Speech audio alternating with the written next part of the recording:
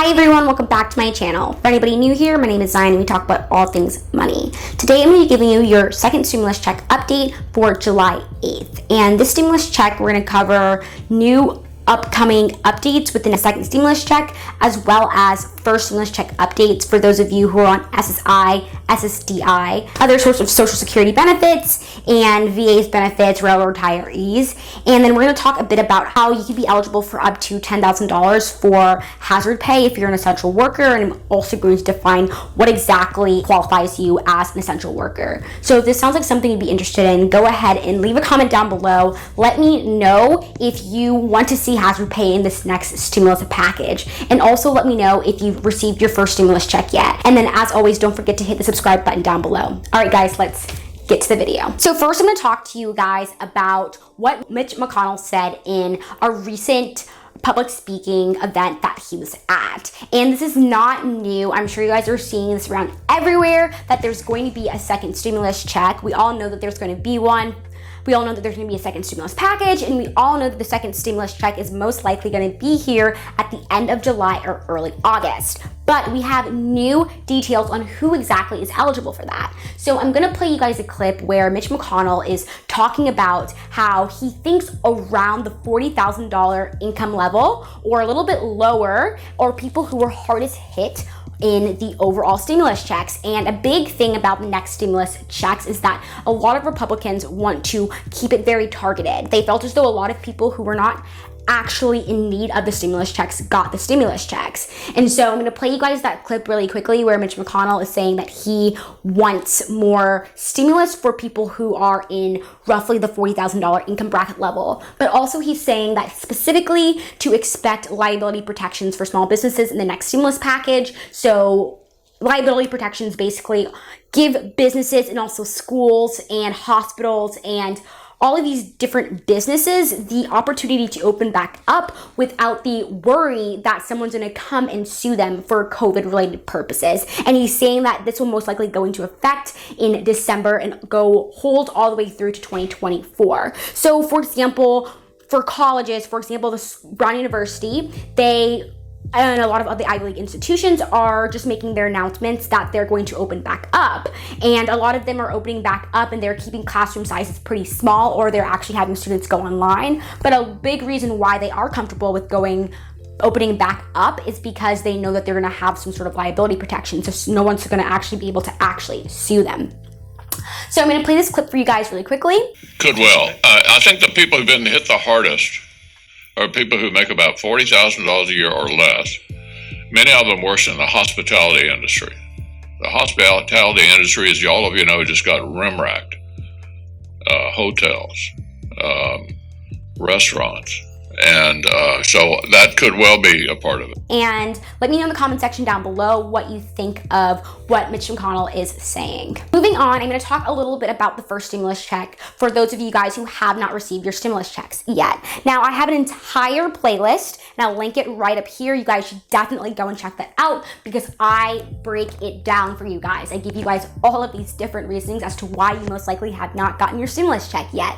But with that said, I'm still going to be here to give you guys some more updates on that. So if you have not gotten your first stimulus check, what I want you to do is go ahead and go on that Get My Payment portal and continue to check. So they are still sending out EIP cards in the mail. But also, if you see a letter from the IRS saying that you have not activated your EIP card yet, what that is saying is that they think that they've sent you an EIP card and that you haven't activated it. So what you need to do is go ahead and get on the phone with an IRS representative and make sure to give them a call. And also too, if you were someone and you were on any sort of social security benefits, SSI, SSDI, even if you get your monthly benefits every single month through direct deposit, it doesn't mean that they actually have your information to give you a stimulus check. So what you need to do is to go ahead and fill out that non-filer's form. Make sure to do that and make sure to fill in all of your information because the last time to do that is going to be in October.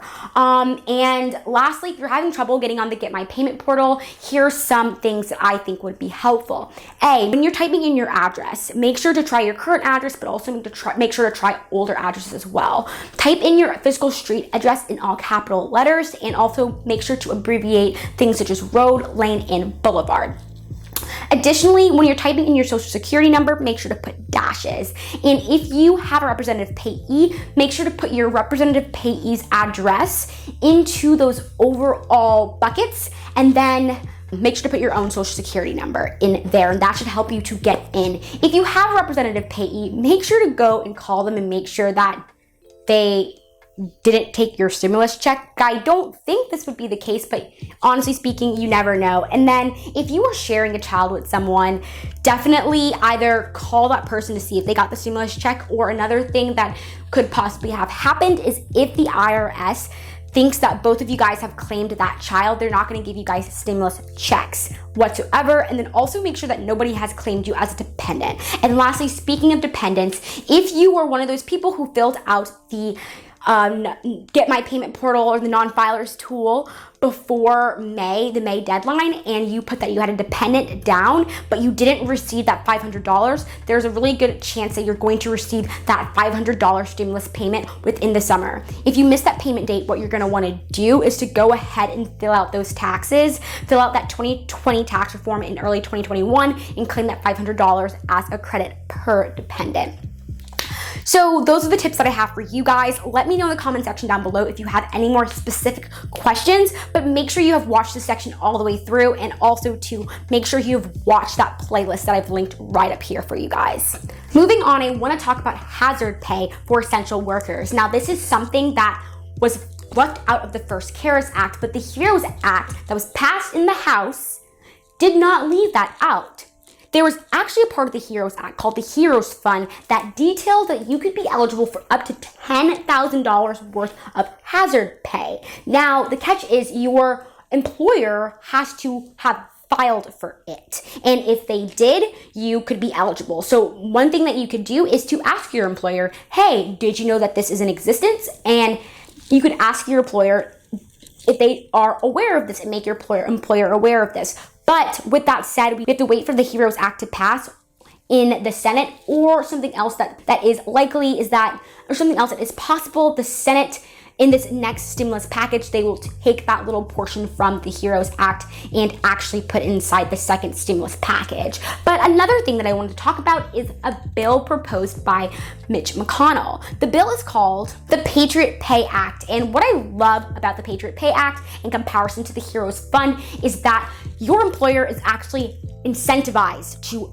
give you guys these hazard pay. And it is less. The hazard pay is roughly $5,200 and you can only claim it for 3 months. However, it's awesome because your employer is incentivized through monetary means to actually have you with the hazard pay. So it's more likely that your employer will sign up for the hazard pay for you than it is with under the HEROES Fund inside of the HEROES Act. So lastly, I'm going to talk a bit about rent and mortgage assistance programs for you guys, because I know that a lot of people are out there really hurting. And something I want to say really quickly is it's impossible to find rent and assistance programs for every single state and every single county. It just would take, I don't know, years. But what you can do is go onto google.com and type in rent and assistance inside of the space bar. Specifically, if you type in Google News onto Google and then use that little search bar to type in your particular county or your particular state, then you can find a lot of different options. And another thing I would suggest is dialing 211. That will actually allow you to talk to someone who could point you into more directions of other sort of COVID relief programs that are out there for you guys.